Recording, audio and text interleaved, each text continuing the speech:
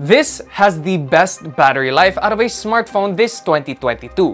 Sa halos 30 smartphone na na-review namin dito sa Unbox, ito ay may pinakamahabang battery life sa kanilang lahat. What's up guys, Anton here, and today we are gonna be taking a look at the new budget option from Vivo, the Y21T. Now, when we take a deeper look into this device, pang entry level nga lang talaga siya.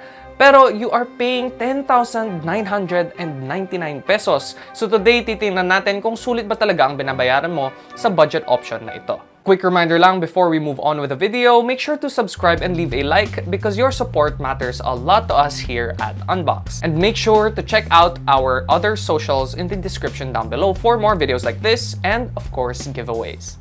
So first things first, let's take a look at the design. We have the pearl white colorway here, not glossy, and depending on the light, it shifts from purple to greens and red colors. It's a pretty tame design compared to other back panels we've seen from other Vivo phones with super fancy geometry and colors. But this is still quite unique na halos lahat ng kulay ng rainbow ay nakikita mo sa back panel na to. Now, in terms of build, the back panel is made of plastic and so are the side rails, where on top we find the dual SIM and the micro SD slot for expandable storage. Sa ilalim naman, meron pa rin tayong 3.5mm audio jack, yung charging port, at bottom-firing mono speaker. Sa kanan naman, mahanap natin yung volume rockers at yung superior side-mounted fingerprint sensor. Super convenient to have, much faster, and more consistent compared to under-display fingerprint sensors. Again, I will die on this hill. Now, for a phone in this price range, it's no surprise na gawa siya sa plastic. Kaya tingnan muna natin ang pinakamagandang feature ng device na to, at iyon ay ang battery. The Vivo Y21T comes with an average 5,000 mAh cell, but they really stretch that extremely well with their software and other features, giving us around 24 hours and 46 minutes of screen on time, according to PC Mark battery benchmark. Now, like I said before, ito yung may pinakamatagal na screen on time compared to all the other smartphones we've reviewed this year so far. Now, for charging, we are getting just an 18-watt charger for that 5,000 mAh cell, so it does take a bit more than an hour to fully charge this device. But thanks to that stellar battery life nga, you can push this device up to 2 days of use before even needing to charge. Battery life is so stellar on the Vivo Y21T that it even supports reverse charging with an OTG cable, so you can keep your other devices charged without even losing as much battery compared to other smart devices. Now, like I said, out of 28 other smartphones we've reviewed this year, this Vivo Y21T is definitely the champion when it comes to battery life. But as we look at the other specs on this device, makikita mo talaga sobrang klaro kung bakit ang haba ng battery life ng Vivo Y21T. So let's jump into the display that comes pre-installed with a glass screen protector. Pang safety, I guess, which is always a welcome feature because you always want to protect that 6.51-inch HD Plus IPS LCD display. Now, the bezels on this phone is pretty thick, especially in the chin area, and it still retains that very Vivo teardrop notch. Now, that notch really stands out, especially since we are getting punch hole displays in smartphones that come under 9,000 pesos nowadays. Now, Vivo really compromised when it comes to the resolution on the screen on this device. Now, you won't really notice that it is just an HD plus screen unless tututukan mo talaga at hanapin yung mga jagged pixels, which is still hard to find thanks to their Vivo Halo display technology. Now, the display still gets nice and bright, especially with contrast, making it quite enjoyable for media consumption. And this low-spec screen might not be the best available in this price range, but it definitely helps with a much longer battery life.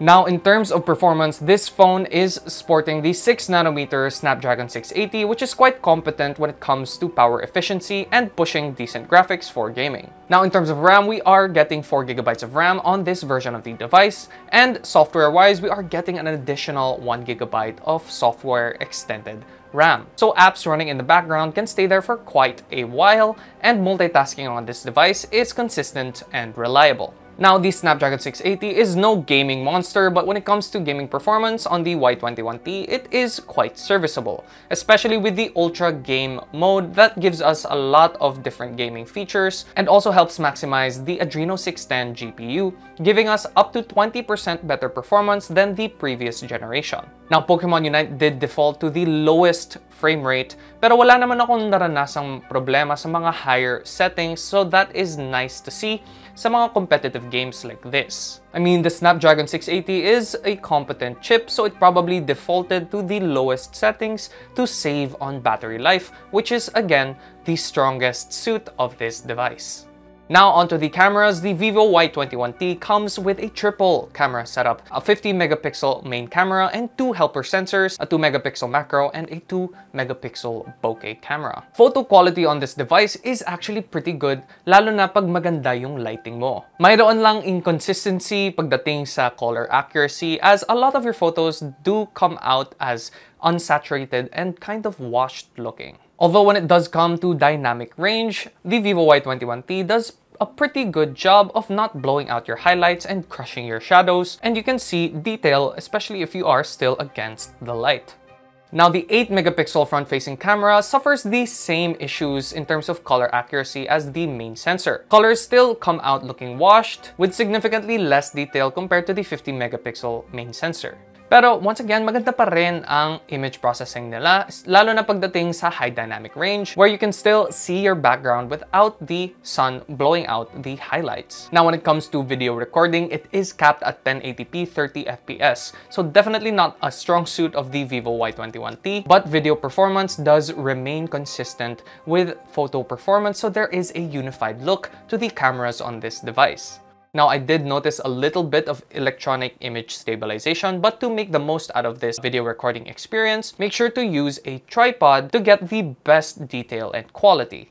Now, it is hard to find this a competitive entry-level device from Vivo. It is a well-rounded phone with slow and steady performance, but the compromises they made at this price point can make it pretty easy to overlook. Now, this phone definitely falls behind in the screen and camera department, but their hard focus on the battery performance can make it an easy recommendation if you need an affordable phone that lasts a long while. If you need to be on call for work for a very long time, this is a great option to reply to emails and messages and receiving calls.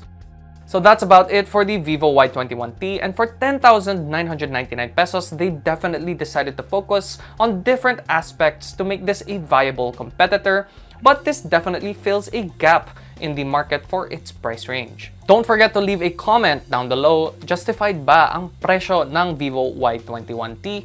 Let us know. We'd love to hear what you think. Now, don't forget to leave a like and make sure to subscribe and check out our other socials in the description down below for more videos like this and future giveaways. Once again, my name is Anton, and I'll see you guys next time.